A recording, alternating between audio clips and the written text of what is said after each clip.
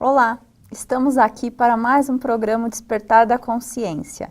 Eu sou Valéria Marques e estamos no 7º programa da nossa série. Hoje vamos estudar sobre agentes da natureza.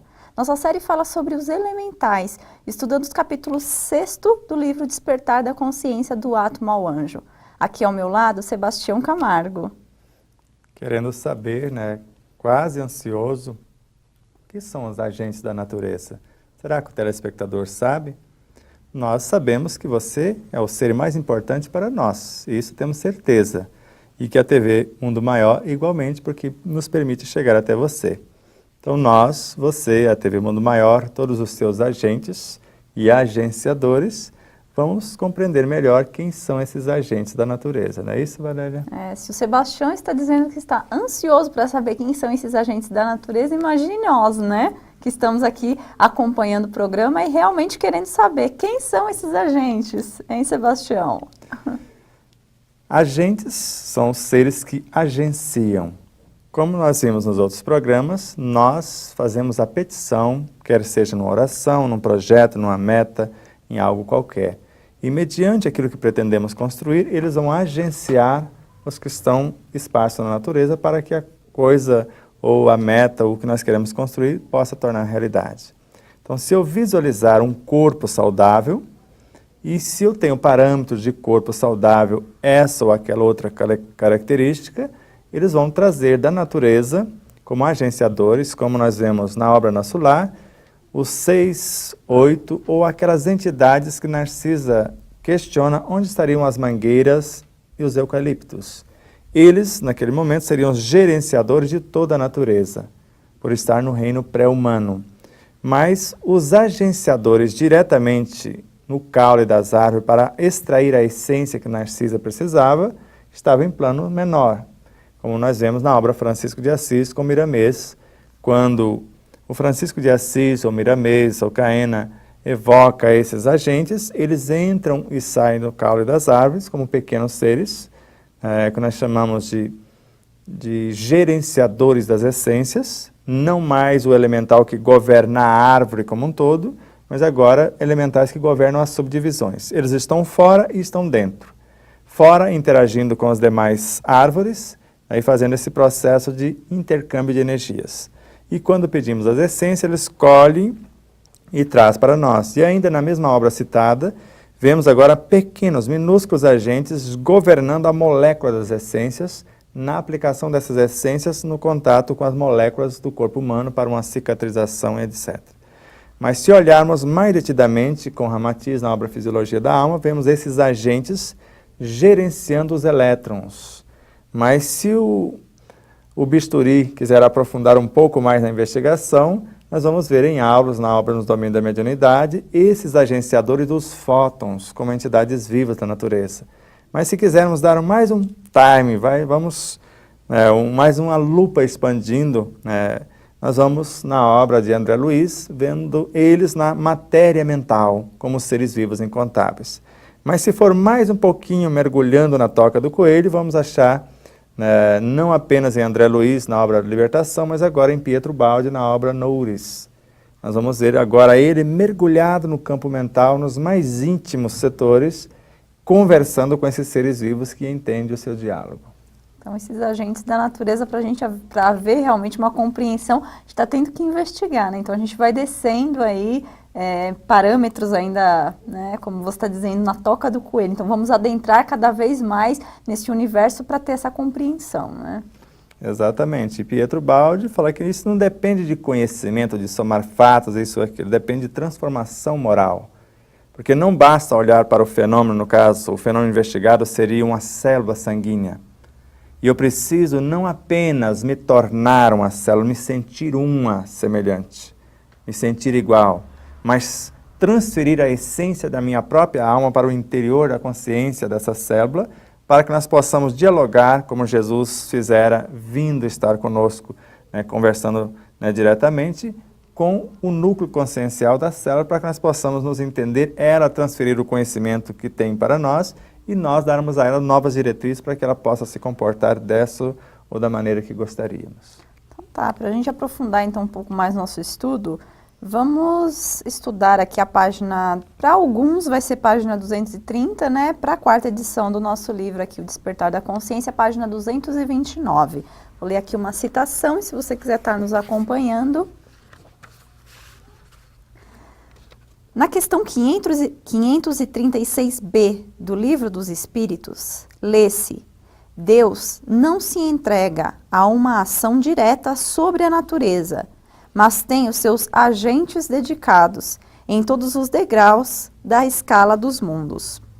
Como seres mais abalizados a serviço da criação, não realizamos a obra diretamente.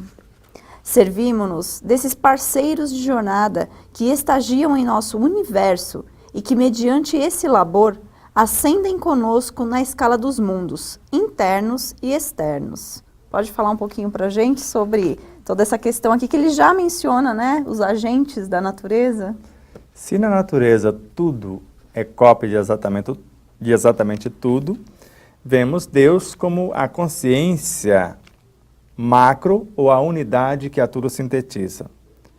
E os elementais nos veem como um Deus, porque eles não conhecem algo maior do que nós. O ápice que eles conhecem do nosso cenário seriam essas formas humanas que estariam acima dos seus cenários. Então, quando nós ordenamos com um pensamento, com um sentimento, com uma palavra, com uma atitude, eles começam a construir a obra.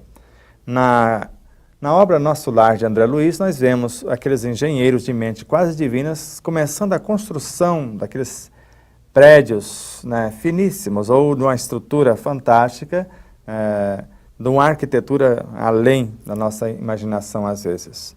E vemos, paralelamente, os silvícolas, que são seres mais primários, ou os elementais, construindo obras semelhantes, que eles queriam copiar a coisa. Para os engenheiros, eles estavam perturbando a criação. Assim, quando nós começamos a pensar algo nobre, algo menos nobre pode visitar o nosso pensamento querendo construir algo paralelo. Mas se nós combinarmos e convidarmos a esses seres que querem construir algo paralelo a fazer parte da nossa obra, nós vamos incorporá-los em nosso cenário sem perturbar a arquitetura em si. Então, todas as vezes que pensarmos na alegria e a tristeza vir, não queira expulsá-la. Convidemos a tristeza a transformar-se em alegria ou fazer parte da estrutura desse edifício chamado alegria, assim como da humildade, da mansuetude, da tolerância, da compaixão. Então, qualquer virtude que começarmos a criar ou exercitar, quando vier os sentimentos ou pensamentos ou elementos contrários, convidá-los a fazer parte do contexto. Só que precisa de um detalhe, eles precisam vestir a roupa nupcial para ficar no contexto, ou seja, incorporar a ideia e começar a transformar-se à semelhança do que o contexto exige. Como no dizer de Jesus, na parábola do festim de núpcias, então foi convidado todos, mas todos que abraçaram a causa do Cristo tinham a roupa nupcial, tinham a vibração necessária para permanecer no ambiente. Quem queria benefício sem trabalho, não conseguiu ficar, porque ele não tinha a vibração, o preparo para permanecer no ambiente, por isso foi convidado a estar fora daquele ambiente, ou se retirar-se. Quando nós expressamos, na visão de André Luiz e de Leon Denis, começando com Leon Denis, na obra O Problema do Ser, do Destino e da Dor, a vibração de um pensamento define uma frequência, de uma palavra e de um sentimento também. Então, qualquer ser que não enquadre nessa frequência para ser incorporado para a construção desse cenário, ele é repulsado naturalmente pelas leis. A lei de atração convida, a lei de repulsão determina que se ele não enquadrar no mecanismo de atração, ele é convidado a sair do cenário. Por isso, quando pensamos na saúde, naturalmente a enfermidade bate em retirada ou ela transforma-se em saúde. Só tem dois mecanismos. Ou ela adere à nossa proposta, ou ela é convidada a retirar-se do contexto. Então, de alguma maneira, eles atuam dentro e fora de nós, né? Então, isso que você está falando, de alguma maneira, já é esse papel que nós temos que ter para que essa atuação se faça com êxito. Isso que você já, maneira que você já clareou para a gente, né? Exatamente. Da mesma forma que André Luiz, que nós colocamos na página 187 do livro, está na obra Libertação. Então, quando nós pensamos em enfermidades, logo a moléstia nos atende, porque a enfermidade também é um elemental.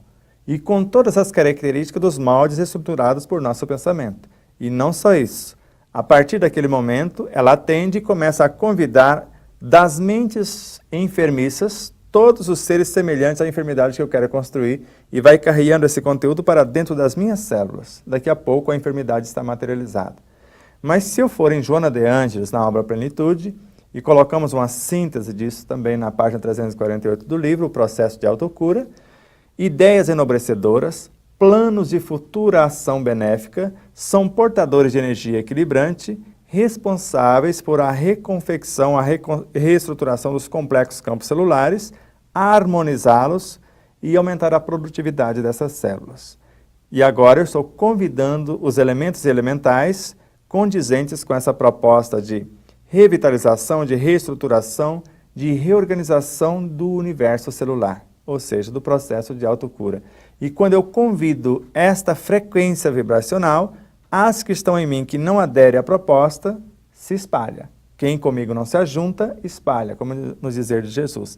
Assim que chega a ordem, ou as que estão no contexto aderem e se deixam transformar, ou desocupam o espaço, ou entram ou saem da porta, como no dizer de Jesus outra vez. Então, de alguma maneira, essa que deve ser a nossa condução desses estagiários, né? Vou pedir então para você nos responder isso mais claramente no próximo bloco, né? E para você, então, que tiver alguma dúvida ou sugestão para o nosso programa, mande-nos um e-mail para despertar@tvmundomaior.com.br e acesse também nosso site e veja toda a nossa programação, tvmundomaior.com.br. Vamos para um rápido intervalo e voltamos já.